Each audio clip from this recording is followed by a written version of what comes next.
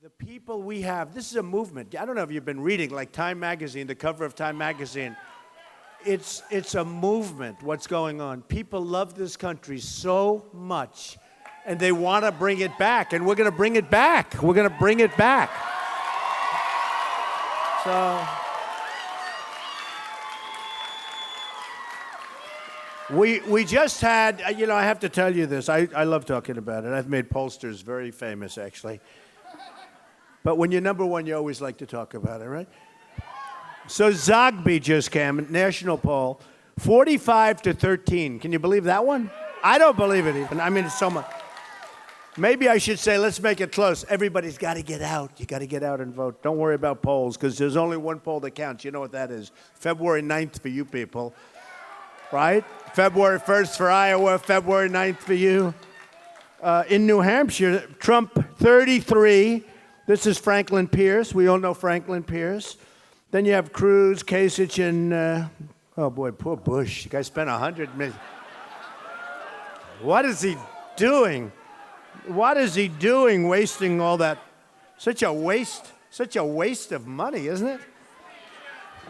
What is he doing, that poor guy? Oh, we got another one in Iowa, American Research 33-26. Boston Herald just came out, 33-14. I mean, they're just one after another. Florida, how about this one? Trump, 48. Then you have Rubio at 11, and you have Governor Bush down much lower than that. Unbelievable. The Monmouth, he's low energy, is right. Monmouth poll, 36-17. Can you imagine that? The Morning Consult, 39. To Cruz, 13. To Rubio, 9. Wow, I love this. Reuters, 40.6 to 10.2 to 9.7. So, it makes us all feel good, but we got to get out and vote. Because who knows? I've seen bad things happen in life, You take things for granted. That's why, in one way, these polls have gone so crazy and so positive that I hate to tell them to you. Because I want you to go out. You got to go out. I want to bring this country back so strongly, so good. We can do it. See the hats, all the hats? Make America, right? Make America great again. And that's what we're going to do. That's what we're going to do. It's very interesting. So over the last few months, 5 months, 6 months now, June 16th, that was a very, very difficult thing. It takes guts to go and run for president, okay? It's tough. Believe me, I don't do this for a living. I build buildings, and I do a lot of things, and I create tens of thousands of jobs over the year, tens of thousands of jobs.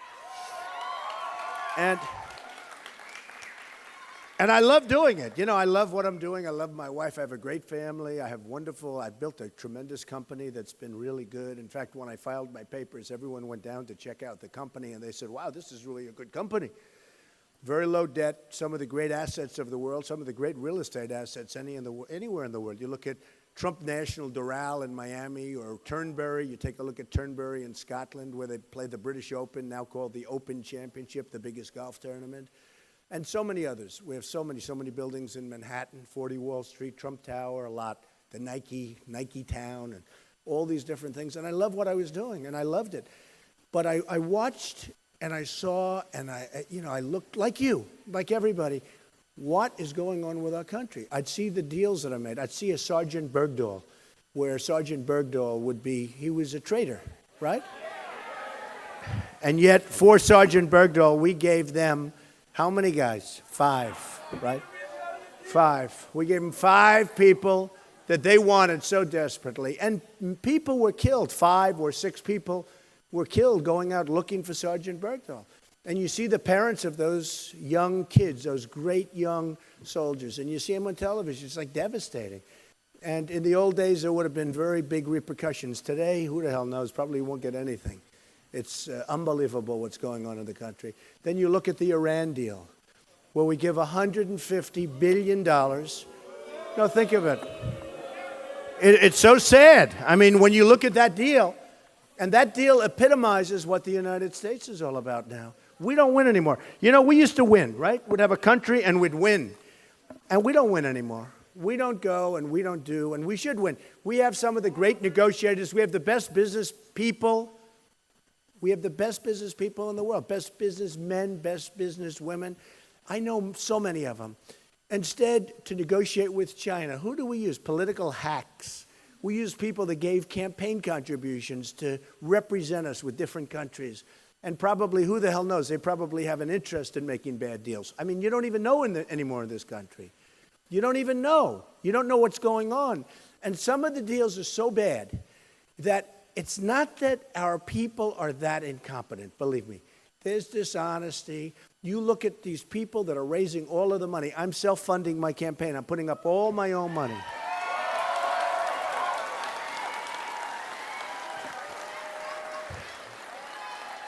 Which I think is important. I mean, no lobbyist is going to say, I gave you $5 million, you have to come through for me. None of that. Hey, I was on the other side of the table. I was a big contributor for years. And I was totally, I guess I was establishment. Now I'm non-establishment, okay? But it's sort of interesting because we're competing against a lot of different people. We started off with 17. Rapidly, they're disappearing, okay? Fortunately for all of you, I'll tell you. Because you don't want to know what I know, these people. But we have some very good people. I mean, I have to tell you, on stage I've gotten to know and I really like some of the people. I hate criticizing some of them, actually. But you look at what's going on where a guy like Bush raises $128 million and then he takes the ads about me, constant ads coming on about me, and my poll keeps going up and he keeps going down. Explain it. No, explain it. Low energy. We don't need low energy people. And I keep saying, I'd never even talk. He's so low in the poll, I would never talk to him. But why would I talk about the guy? Except he takes so many ads about me. And he said today on television, I'm the only one that attacks Donald Trump. Oh, big deal. Big deal. He thinks he's going to get points. First, he attacks and loses. He doesn't win. But it's sort of an amazing thing. And, my new battle is with a gentleman named Ted Cruz, because you got to speak the truth. You got to speak the truth. The Canadian, the man from Canada. Thank you. That was very helpful. I don't know. That's so succinct. That was very good, actually. He screams out, the Canadian. Yeah, that's right, the Canadian. He could run right now for Prime Minister of Canada. He'd have no problem. But he does have a problem. I mean, does anyone agree with me on this? Because it seems that, right? Okay, so you have a constitution, you have very strong, all your life you're here, you have to be born in this country, He's born in Canada, on Canadian soil, and, come on. Then what happens is from Harvard, you know who I'm talking about, very talented lawyer, Lawrence Tribe, very top constitutional lawyer. He comes out, he says it's totally untested law. And then other lawyers come out and say, it's not untested. He can't do it. You can't do that if you're born in a different place. I mean, like John McCain was born on a military base outside of the United States. I fully understand that. To two parents, by the way, that were American citizens. Big difference. Military base and two parents who were actually in the armed forces. But so that's a lot different. But, in the case of Ted Cruz, he was born on Canadian soil. So what do? You have to go to court. And you have to get a declaratory judgment, or you have to get something. Now, he's already being sued by two groups. I hear Illinois is saying, we don't think we're going to approve you. Now, maybe they will, maybe they won't. Big state, very powerful state, a lot of voters. Got to get on the ballot, right? How do you approve somebody who can't get on the ballot? How do you approve somebody? How do you, as an example, let's say he's the nominee, and he goes, and the first week or probably the first day the Democrats are going to sue. They've already said they're going to sue. So they're going to sue. Now he has a cloud over his head. It's like a cloud on title in real estate. You got a cloud. Now, you don't know. And you won't know until you get to the court and probably or possibly the Supreme Court of the United States. That takes a long time. So I mentioned this. And then, of course, he comes out with his loans, and he's Robin Hood. He's Mr. Robin Hood. And he's going to protect you from the horrible Wall Street bankers. And in his financial disclosure, he didn't report. I don't know why. I think I know why, but I won't say it. But he didn't report that he's got loans from Goldman Sachs and Citi. And actually, Citi came after. And he had $1 million that he had very low interest loans. And number one, Goldman Sachs has him. And Citi has him. Supposing Citibank or Goldman Sachs calls up and they say, listen, we'd like you to do this. He's going to do it. That's the nice part about what I'm doing. That's the nice part. Nobody's giving me anything. These politicians all talk, no action. It doesn't get done. But a lot of the things you see, what you think are stupid, aren't so stupid, because those companies that are making these great deals, and frankly, the countries that are making the great deals, they're represented by people that gave a lot of money to Hillary and Jeb and Ted and all of them. They're representing, I mean, you look at some of the people that are giving the money, these people don't care about our candidates. They care about what our candidate is going to do for them, not for the country, but for them. So I'm the only one that's funding my own campaign on either side, whether it be Democrat or Republican, which makes me feel a little bit lonely and makes me feel a little bit foolish in many ways. My whole life has been about taking. See, I'm telling these young kids, I want to take. I'm greedy. I want to take. My whole life has been taking. And now what am I going to do? I'm going to take, and I'm going to be greedy for the United States of America. I'm going to take. And we're going to help our military, and we're going to build a strong and powerful and big and beautiful military. We're going to rebuild it, and it's going to be great. It's going to be great. And nobody's going to mess with us, and hopefully we'll never have to use it because nobody's going to want to mess with us. But we don't do that right now. Our military is being decimated. It's being decimated.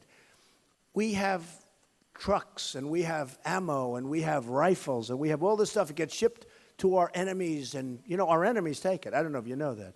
Because as soon as they fire a bullet up in the air, you've heard it, the people that we gave it to, they run. They drop everything. They run for the hills, right?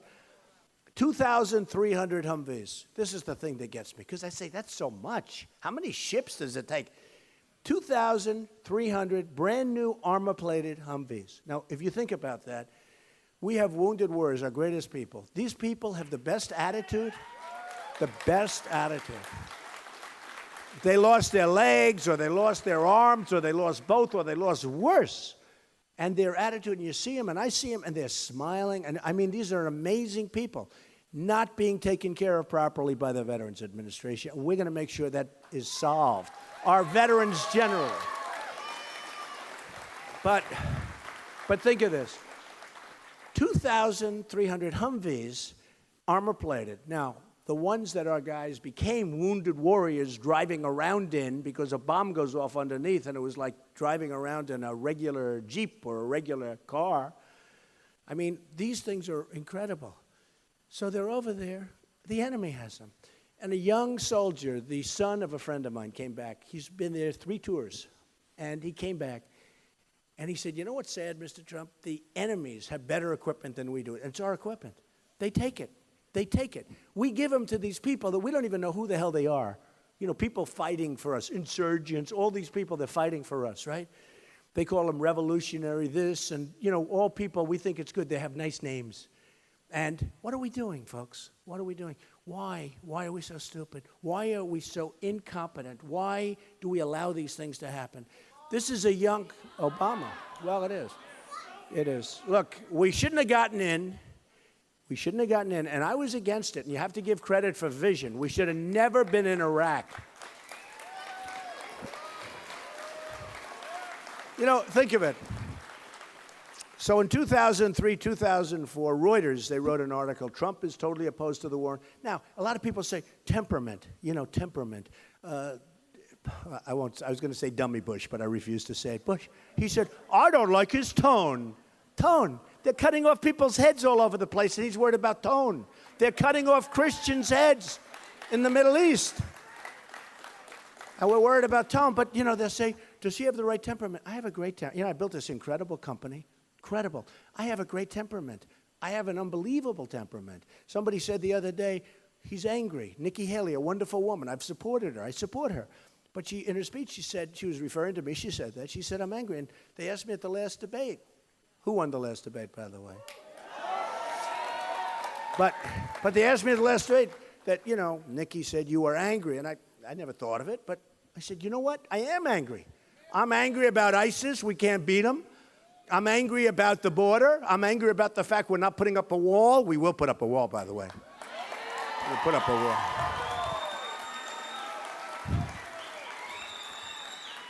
And Mexico's going to pay, right? Mexico's going to pay for the wall. Hey, look, Mexico's going to pay for the wall. They make a fortune. Look at the trade deficit that we have with Mexico. I'm not even talking about all the drugs that are pouring across the border. That's, that's in addition to. Look at the trade deficit that we have with Mexico. It's ridiculous, okay? So these politicians come up, they say, Donald, I understand the wall. Actually, Ted just came out a couple of days ago. My wife was watching. She said, darling, he just said he wants to build a wall. He never said that. I never heard him say it. Maybe he did. Did he ever say that? All of a sudden, these politicians are coming out. We will build a wall. Number one, they wouldn't know where to start. Number two, it'll never get built. And guys like Ted were for amnesty, and they're weak. Now, all of a sudden, they're trying to strengthen up. I will say this. When I announced that I was running, I brought up illegal immigration. Nobody ever talked about it. Now it's like a mainstay. And you have a tremendous problem up here. Of all the people you would think in New Hampshire you wouldn't have this problem, but you have a tremendous amount of drugs pouring in. Is that right? I get more questions. When I come to New Hampshire, you just don't see it that way. You could see some areas maybe where you would think it, but not in New Hampshire. And yet the question I get just about number one when I come up to New Hampshire are the drugs that are pouring in. It's incredible. I don't know why. I don't know what it is. But they're coming across the southern border, and we're going to stop it. We're going to stop it. And we're going to try. We're going to try and help the young people and the old people and the middle-aged people and everybody that got addicted because they're addicted, and we can get them off it. It's tough, though. It's tough. What's much easier if we can just stop it where they don't start, and we can talk to people and talk to the kids and say, don't do it. Don't do it. You'll be hooked, and you'll destroy yourselves. Don't do it. Because, it's easy not to do it. It's easy not to do it if you never start, right? It's easy. There's nothing. I mean, if you offered me that stuff, I'd say, forget it. Who wants it? But if you're addicted to it, it's a very tough thing. I've known some very tough, very smart people. You get addicted to it, it's a very tough thing. So we're going to clog that up. We're going to stop it. We're going to help the people that have the problem and try and get them off it. And we can do that. And it's hard. It's hard. But we're going to do that. But what really is easy is to convince everybody, don't take it. And what's really the best is don't make it available. Right now it's so damn available, people take it. So we're not going to make it available, and you know where it comes from. So Cruz has a lot of problems, I think, and we'll see. But, the last poll that just came out, it's like amazing. In Iowa, I went way up, he went way down. He's falling, he's nervous, he's concerned, and he should be, It was interesting. A magazine, which is a failing magazine, National Review, you probably, not to, terrible. But they did something that was, I think, quite stupid. They came out, one guy came up asking me for money. He's got some deal, he wants money. Another one wants me to be on his radio show, and I couldn't do it. I just couldn't do it, a show. Glenn Beck calling, be on my show. Guy, every time I see him, he's a weird guy. He's always crying. He's a weird dude. His show's failing, by the way, so is his deal. So he gets fired. He gets fired from Fox. And you know what? I'm not blaming him, really, because he gets fired from Fox, has a show, starts, everyone thought it was going to be good. It looks like it's a bomb, okay? But that's okay. Wants me to be on a show. I would have done it, actually. But I couldn't because of time and everything else. And then, you go to number one, and then your people start thinking, this is true with everybody. Your people start thinking how great we are. No good. I don't think how great I am. But people maybe, they say, and they make it a little bit harder for him. All of a sudden, he starts blasting me. Then once he blasts, I don't want to go on a show anymore, right? So he blasts. If I would have done a show, I'd have no problem. But because I didn't do a show, he writes a little article. So you got all these different people, 22 people. And a guy wrote something. Should I read it real quick? Quickly. I'm going to read it, all right? Doug Eibendahl. And I thought it was amazing. He wrote it very negative to the National Review. Again, National Review is a magazine that I think is going to be out of business very soon. It's doing so badly. I don't think it's got any influence anymore. They got a little publicity, but I think it was better for me. Here's what he writes. So clueless is the gang of 22, these are the writers, they can't even see how they've stumbled right into the narrative Trump's been communicating so successfully for months. I have been communicating. We have definitely been communicating, right? Just like the elected officials from both parties, the Gang of 22 has been great at complaining about stuff year after year after year. But getting anything accomplished, not so much. In other words, they complain and they talk and they talk. They don't do anything. Many of the Gang of 22 have been hanging around and chatting for decades, and some are active cogs, right, in the conservative entertainment complex, deriving their income by pandering to conservative anger while offering no real solutions, right? They never tell you what to do. They say, are you conservative? Are you this? They have no idea. I don't even think they know what it means. Donald Trump represents a threat to these ineffectual poobahs in the same way he represents a threat to do-nothing public officials, of which we do have plenty. Jealousy is also seriously at work here. Trump is inspiring and exciting a broad spectrum of the country like no member of the Gang of 22 ever has or ever will. You have to see the crowds we have. Like, this is a packed house. Every single place we go to, we were in Oklahoma the other day. We filled up a stadium. We had to send away from 5,000 to 7,000 people. No matter where we go, I mean, we have people. Last night, and by the way, this week in Iowa, we were just absolutely every single place. They have, staging areas where the people that can't get into the main room are put into another room, and it's like the whole thing is unbelievable. So we really have what? It is a movement, man. I like that guy. It is. I mean, it's a movement. We want to take our country back. So 7 months of campaigning. Trump has already more Americans listening, which is true to the Republican message, and the entire Gang of 22 could muster over decades and decades and decades. Trump understands that before you can advance the ball, you have to convince people to take time from their busy lives to listen. No one on the GOP side since Ronald Reagan, great guy, has accomplished that like Trump, which is very nice. Obviously, this gentleman likes me. And actually, no one else has come close, and certainly no one from the effete core of impudent snobs to which the National Review thinks we should defer. The Gang of 22 had their chance, which is true. They've been talking for years. They talk and talk. They're worse than politicians, okay? Maybe not. The Gang of 22 had their chance for a long time. They've done a lot of bitching over the years, and it's paid well for some. Some of these guys make a couple of bucks. But Americans care about results. We're result-oriented, right? They can plainly see all of this is empty talk. At the same time, when Americans look at Donald Trump's life, they get a lot of assurance that here is finally a man who shares their focus and actually wants to get results and is getting results. I've done a good job. What can I tell you? Built a great business. Many great selling books, including The Art of the Deal, which is just about, I guess it should be the #1 best-selling business book of all time. The Apprentice was this tremendous success. They wanted to sign me up for a long time. I said I couldn't do it because I'm running for president, along with other things. And Trump returns the respect by recognizing regular, hard-working Americans are a lot smarter than any of their ideological eunuchs in all their pontificating glory. So, just to finish, isn't it true, though? This guy writes so beautifully. I love what he's writing, maybe because it's a positive. If it was a negative, I don't think I'd. What voters are looking for this year is competence and accomplishment. They really are. We're looking for competence, right? We want smart. We want to be the smart people again, not the dummies that we've been for years with the Iran deal and all of these horrible deals. Our trade deals with China. Donald Trump has an actual record of delivering both in spades. The Gang of 22 is right to be terrified. A president who could get things done would expose them as the irrelevant creatures they truly are. It can't happen fast enough. I thought that was really, right?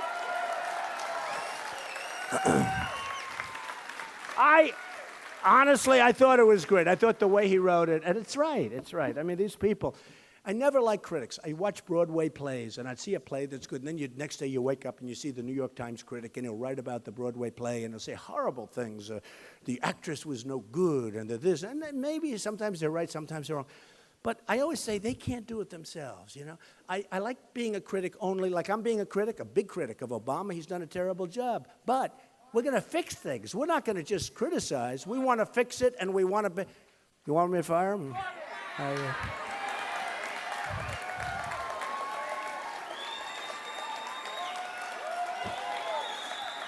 Maybe we'll save it for a more appropriate time, okay? Maybe we'll save it. But you know what? We will. I'll tell you what, we're going to make you so proud. We're going to make you so happy with what's going on. We are going to make you so happy. But I thought that article was amazing because here you have people that really criticize. We have to get critics, but we have to get critics that know how to fix things. So when I started on June 16th coming down that escalator, remember the famous escalator ride? It did take courage. And I looked downstairs, and it looked like the Academy Awards. There were so many cameras. Look at all of them back there even tonight. Look, all of these guys. And there were so many cameras downstairs. You've never seen anything like it. And I said, boy. I said to my wife, come on, let's do it. And I took a deep breath. I got on the escalator. I wrote it down, and I started talking about illegal immigration, a lot of things. Took a lot of heat for a couple of weeks, and then people started saying, he's right. He's right.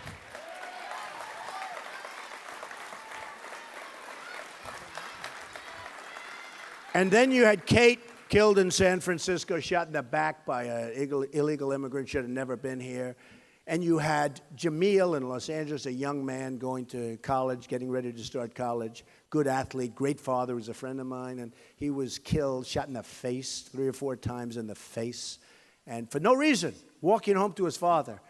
And so many others. The veteran, 65-year-old veteran, who was raped, sodomized, and killed, who was supposed to be a wonderful woman by an illegal immigrant, and so many others. By the way, those are 3 examples, but so many others. And they also look at the economics of it, what's happening economically. And I said, we have to do something. And all of a sudden, everybody's saying, well, Trump's right, Trump's right. Now they're trying to get so tough, so tough. They were all weak as hell. Now they're tough guys all of a sudden. But as soon as their donors and special interests and the lobbyists go to them, they're going to immediately fold. You know that. Everybody knows that. They fold. That's what they are. Politicians always fold. Just remember that. They will fold. And then I brought up, not me. No, I don't fold. I don't fold.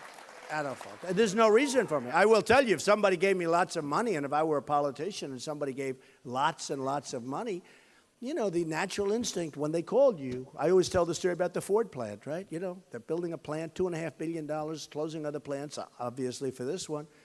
And, you know, when some president is here that got a lot of money from whether it's Ford or their lobbyist or their special interest or one of the owners of a piece of the company, they're gonna do pretty much what those people want because that's the way politicians work. Me, I got to do what's right. I don't want Ford building in Mexico. I don't want. You know, if you look at New England has lost so much business to different places, but to Mexico and to other places. It is a shame. It's a big shame, and we're going to bring it back. We're going to stop being the stupid people. We're going to stop having stupid people represent us. We are not represented.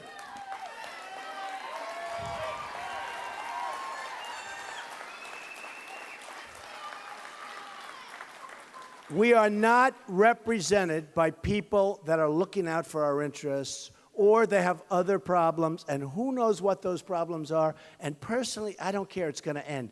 We have the greatest business people in the world. They're going to I know who they are, many of them. Some are phenomenal. Some are good. Some are okay. I know the good ones. I know the great ones. I know the ones that are going to represent us with China. I know the ones that are going to we're not going to lose $500 billion a year with China. Think of it, $505 billion trade deficit.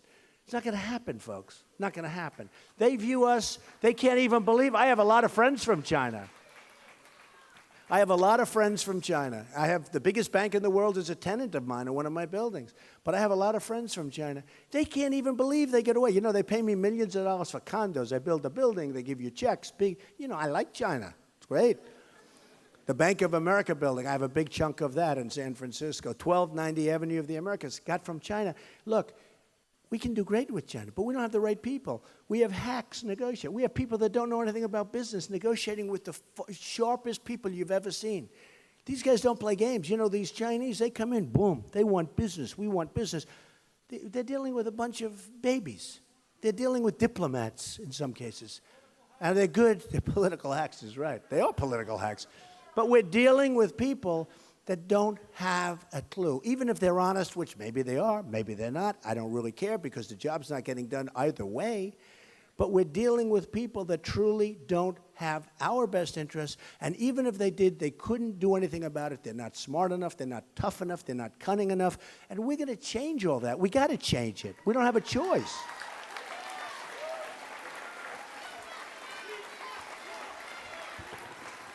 I mean, you look at Mexico. You've lost a lot to Mexico. New Hampshire's lost a lot to Mexico, right? For what? For what? Some treaty that everyone says, oh, isn't it wonderful? What the hell are we getting out of it? You lost, I see where they're converting factories into apartments, but, you know, sometimes those factories, you know, you can only have so many apartments. You still need jobs, right? It's wonderful. You build senior citizen, you built this, you built that. You got plenty empty. These jobs have gone to Mexico. They've gone to other places. We're going to bring those jobs back, folks. We're bringing them back. We're going to bring them back. So we're lowering our tax rates. Big for the middle-income people. I mean, the middle-income people have been decimated in this country. The middle-income people built America, okay? They are being decimated. Between them and our veterans, there are two groups that are treated so badly. So I'm lowering the tax rates big. I'm lowering them for business because business is leaving. You know, you have corporate inversions where businesses are leaving the United States. Pfizer, right. Pfizer's leaving the United States. Massive company, big. Okay, I won't say it. Shout that out once more. Go. See? I didn't say it. Do they make Viagra? Is it Pfizer? Oh, that's funny. This guy's a comedian. I didn't say it. I didn't say it. See, if I said that, it would be a headline tomorrow. Isn't that terrible? Isn't that terrible? Unbelievable. That was very good, though. I did. I wanted you to speak. You know, it's called freedom of speech, right? Right. We had to give it. Only in New Hampshire can this happen. Only. It's very good. Go ahead. Shout it out. Shout it out. Tell me. What did you? Oh, that's right. Oh, that's right. You know he's right. I have to admonish you because otherwise I'll be criticized by the press. You are hereby admonished, okay? It's funny. I have some good fans over here. That's right. No, that's right. I took a lot of heat when I was up here and somebody made some statements that were a little bit rough about somebody, about our president. And I said, I wonder if our president would come to my defense. The answer was no. But I didn't, you know, the guy made a statement. He just made a statement. I went on to the next one, and the press said, why didn't you admonish him? So from now on, the person that made the statement, so from now on, when somebody says something like you just said, I have to say you're admonished, okay? I'll say, you're admonished, but we still love you, right? It's very funny, actually. So we're going to take back trade. We're going to bring back jobs. We're going to do so many things. Then what happened is we had a terrible tragedy in Paris. While Paris isn't here, it's representing something. They are totally against, as you know, having guns in Paris. It's got probably the strictest gun laws anywhere in the world, they say. So who knows? But they were very strict. Paris and France, very strict. So that means that the good people, the law-abiding people, cannot have guns. But the bad guys, you can have as many guns as you can carry into the country. Okay? No, but who's going to check you? Who's going to be able to fight? So these animals walked in and they just shot 130 people. And somebody said to me, and many are injured so badly that they're going to die and they're going to lead, you know, rough lives. Badly, badly injured. But 130 people killed. And if we would have had guns on the other side of the aisle, if we would have had somebody like this guy, the Mr. Viagra over here, if we would have had guns, if he would have had a gun strapped to his ankle or his waist, and if you and a few of you would have had a few guns, it would have been a whole different story, folks. Would have been a whole different story.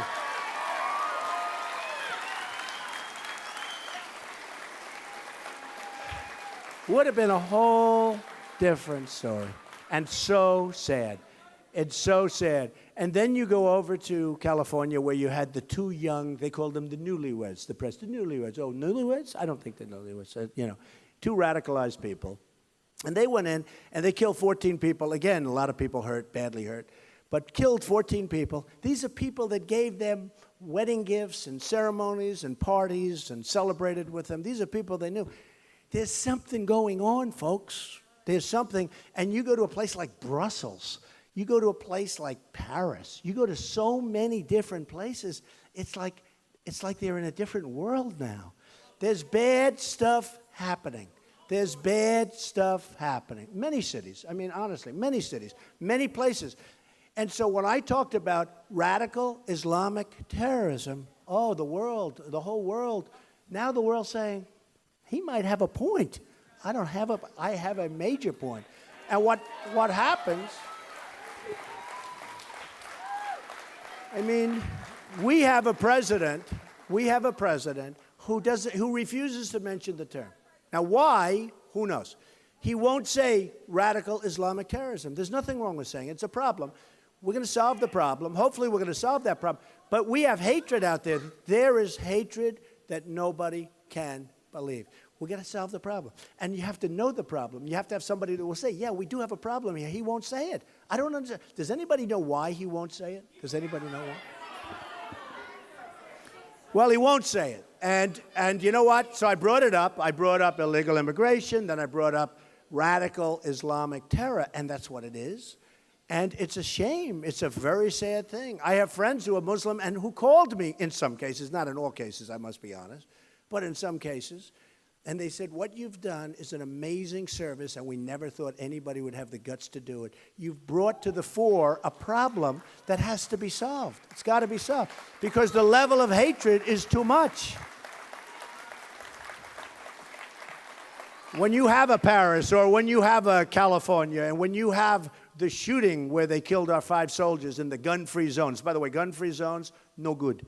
How about gun-free zones? How about this? Gun-free zones on a military base. One of the soldiers is one of the great marksmen, an extraordinary expert with weapons. Not allowed to have his gun.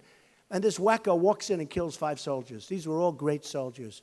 Kills 5 soldiers. And it says gun-free zone. And when you say gun-free zone, you know what that is? That's like candy for a baby. That's like, here, darling. That's what it is. It's candy for a baby.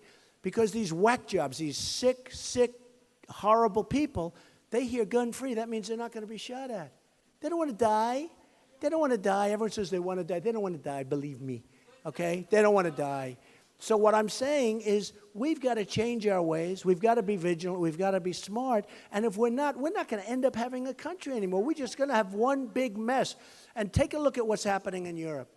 Europe's got problems. I mean, people are talking... Literally, people are talking about revolution. You look at what's going on in Germany, where you have millions of people pouring in, and they're not assimilating. And I don't know if they are going to assimilate. And they want Sharia law. Well, you tell the Germans that they want Sharia law. That's not so well with the Germans.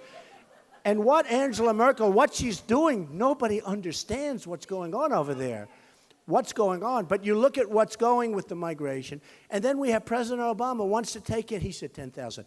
It's thousands and thousands. It's not 10,000. In fact, at the debate, the Democrat debate, they brought up 65,000, right? But then he says 10. It's 10. It's just a little bit. This could be the great Trojan horse of all time. We cannot allow it to happen. These people are coming. We don't know where they are from. They have no papers. They have no... I've been watching law experts. I spoke to a couple. There is no way you can tell where they're coming from. They're young. They're strong. You look at that migration line. You see so many young, strong men. You say, why aren't they back fighting for their country? What's going on here? And, you know, if you look at Germany on New Year's Eve, did you see all the crime and the rape and the problems? I mean, it was all over the world. What are we doing, folks? What are we doing? So I say this. I like the idea. You build a safe zone in Syria. We put up some money. We have to get the Gulf states. They have so much money. So much money. We have to get the Gulf states put up money. We can even lead it. But I don't want to put up the money. We don't have any money. We owe $19 trillion. We don't have any money. We're always putting up money. We'll get other people to put up money. We'll get other people to put up money. We'll put something up. Because you know what? From a human standpoint, it's a terrible thing. You look at that migration. It's a terrible thing. But we can't take a chance. Somebody said, well, it could be 10%, it could be 24%, maybe it's only 7%. Can you imagine? Supposing we take in 50 or 60 or 70,000 people, and you're talking about 7% or 10%.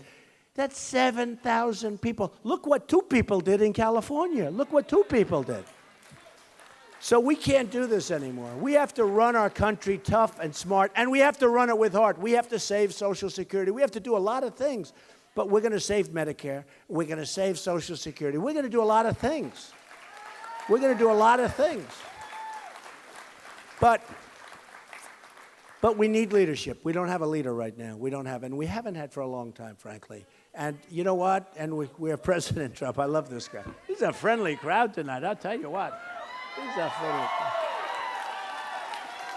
Well, I can tell you one thing. We're going to be out there, and some of it, like, for instance, drugs with Medicare, they don't bid them out. They don't bid them. They pay, like, this wholesale incredible number. They say, like, 300 billion could be saved if we bid them out. We don't do it. Why? Because of the drug companies, folks. You take a look at the drug companies. Take a look at Johnson & Johnson. Take a look at Pfizer. They're leaving us, and we're still not doing anything. Hey, we're leaving. By the way, don't dare negotiate drugs, right? Excuse me? Excuse me? But we have so many instances like that. That's one instance. Hundreds of billions of dollars. We don't bid it out.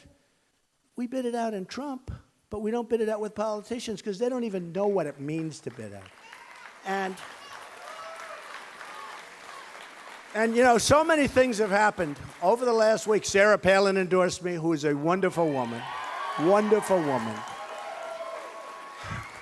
And Willie endorsed us. Willie is what a great guy, Duck Dynasty. He was great. What a good guy. And he's a friend of my son, Don, and he's a great guy. And Sarah Palin, though, came out, and everyone thought she was going to endorse Cruz, and she endorsed him for Texas, and she likes Trump better. She likes what we're doing. I mean, it's an amazing thing. And she came out, and she was terrific, and she's just a very, very fine woman and a loyal woman, and she's smart. And I love that she did it. I love that she did it. One other thing I'll talk to you about. You know, so you see some of these foolish people that, you know, write, and they talk about, Donald Trump is in favor of eminent domain. You know what eminent domain? Most people don't even know. They think it's a wonderful commercial. Eminent domain. All these people. Well, eminent domain it's a taking. It's a taking. But it's not a taking where you don't get money. It's a taking where you make a fortune. If they take your property for a road or a highway, they pay you a fortune. They don't say that. They leave little things like this out of the ads, because Ted did an ad, and I think Jeb did an ad, and a couple of other people did an ad, and it was amazing. One group comes into my office. They're a conservative think tank. And they come in and they ask me for $1 million. Remember the story? They said, could you contribute $1 million? I said, $1 million? I don't even know who you are. Who are you? What do you do? You know, you can be rich, but you don't want to be stupid, right? All of a sudden, they start hitting me with eminent domain ads. And I'm saying, do people even know what eminent domain is? So eminent domain is where you take the land and you pay the people that have the land. So you can build little things like highways and roads to your towns and schools and hospitals and, by the way, pipelines. And you know, the one thing that's sort of funny about eminent domain, because they attacked me recently with an ad, Donald Trump is in favor of eminent domain and loves eminent domain. I don't love eminent domain, but you wouldn't have a country. You wouldn't have any roads. You wouldn't have any railroad tracks. You wouldn't have anything. But it was sort of funny because I looked at eminent domain, and they're all these conservatives are for the Keystone Pipeline, and so am I. I like it. I like the Keystone Pipeline. I'd make a different deal. No, but wait. The politicians are for it. The conservatives and Republicans generally are for it. A lot of the Democrats are for it. What do we have to lose? It's thousands and thousands of jobs. They're putting something under the ground. Who the hell cares? Frankly, it's more fuel. We never want to be under the guise of OPEC again. We never want to be under that cloud. So it's fine. But you wouldn't have 10 feet of that pipeline if it weren't for eminent domain. Because that pipeline goes from Canada, the birthplace of Ted Cruz. He was born there, and now he goes all the way to Texas. Maybe he has a conflict of interest. That's interesting. Because it actually goes from Canada. That's interesting. Hey. Goes from Canada to Texas, where he's a senator. I don't know. Is there something going on there? So anyway, but it goes from Canada to Texas. Now, during that, you're going through the backyards of farms. You're going through the front yard of a house. You're going through different places. They have a whole section on eminent domain, what it means, how we're going to use it judiciously. You couldn't have a pipeline. You couldn't have a road. You couldn't have highway. You couldn't have anything. And I'm being attacked by about eminent domain. Give me a break. You understand how stupid it is, how crazy it is. It's been such an interesting journey. It's been a journey where, and I tell this to people, just like this group tonight, no matter where I go, whether I go to Texas, whether I go to Los Angeles, no matter where I go, Florida came out 48% for Trump. I mean, no matter where I go, the people have the same, almost identical spirit. It's incredible. They ask me, what's the difference between New Hampshire, people that are in New Hampshire and live here, and people in other places? I say, I want to tell you, these are all amazing people. They want what's good for the country. They want strong services. They want a strong military. They want their veterans taken care of. I want my veterans taken care of. They want to have borders. We want borders. We want to have a country. Without borders, you don't have a country. We want to terminate Obamacare and come out with something that's so much better. So much better.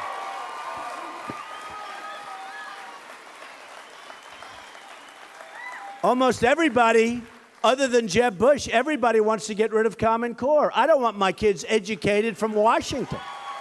Costs a fortune. You know,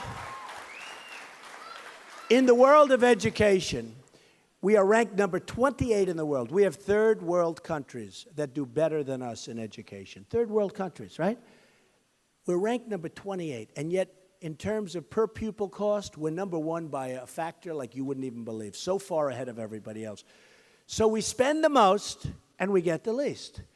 And it's Common Core. A lot of it comes out of Washington, where you have bureaucrats making $250, $350. You make a lot of money. And some of them do care, but a lot of them don't care about the kids. They don't care about your kids in New Hampshire. They just want to make their money.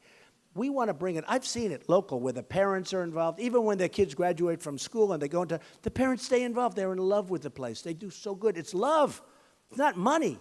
It's love. Most of them don't even get paid. They want to do it. And we can make our educational system so good. But we spend the most and we're at the bottom of the pack. I mean, think of it. It's terrible. It's terrible. And, you know, I bring this up, and I'll make this sort of a last point because I think it's sort of cool, frankly. So the campaign goes on, and I start focusing very much on ISIS and on all of these different things. And then CNN did some polls, and so did others, where Trump is number one with ISIS by far, number one with security, number one with the military, number one with the economy. That was an easy one, that you'd expect. But number one with all these other things. And I think a lot of that led because I'm so strong on the border, because we want protection for our people, and I'm very strong on the border. But you look at all of these different things, and what I sort of love, the campaign. I've spent less money than anybody else, practically. Essentially, almost no ads until recently. And and the only reason recently, I wasn't going to do anything. But I feel guilty. I do. When you see a schlub like Bush spending $100 million, 100, and then he brings his mother, who's a very nice woman, by the way, but he brings his mother out, and I say, Jeb, your mother's not going to help you negotiate with China. She's not going to help. She can't help. And she's not going to help you with ISIS, Jeb. But think of it.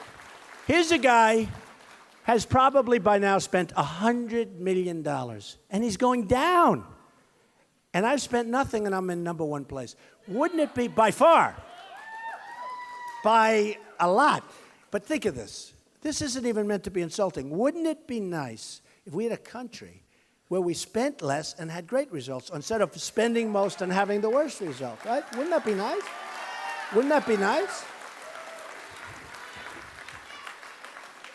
And we're going to have it. Now, here's the thing. And I end usually by saying this or something like this, but our whole theme is Make America Great Again, right?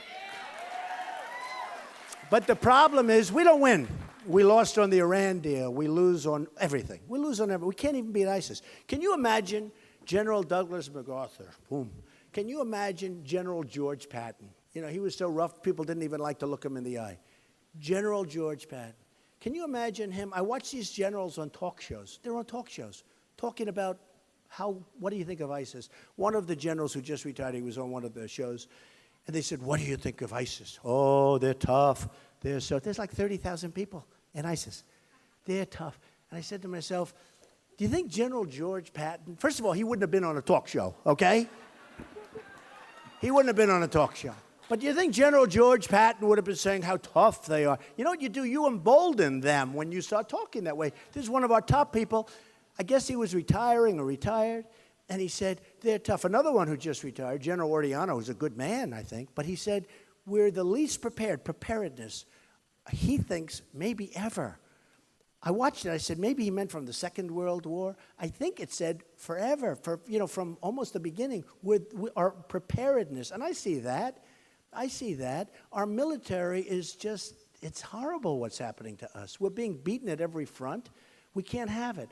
So when I see a General George Patton, and I read the books, and I love that, and I love General MacArthur, in terms of the modern day generals, we had some great ones. And then I see these guys talking about ISIS. They would be wiped out so fast. Your head would spin. By the time you walk to the main door, it would be over. It would be over. So we're going to make our country strong again, and we're going to make our military powerful again. And you know, if we do that, and let me tell you, a lot of people say, oh, that's going to take a lot of money. It's actually the cheapest thing we can do. Number one, it guarantees that we are going to be around for a long time. But it's the smartest thing we can do. It's the cheapest thing we can do because nobody's going to mess with us. Nobody's going to mess with us. That's the way we have to have it. And here's the thing. We don't win, but we're going to win. We're going to win so much. We're going to win on health care. We're going to win with China. We're going to win with Japan. We're going to win with Mexico. We're going to win and win and win. And sometimes I kid. I say, you're going to get so tired of winning, you're going to say, Mr. President, please, let's lose just a little bit. And I'll say, no, we're going to make our country great again. We're going to keep winning and winning and winning. So we are going to win, and we are going to make America great again. Thank you all. Thank you. Thank you. Love you. February 9th. Get out and vote.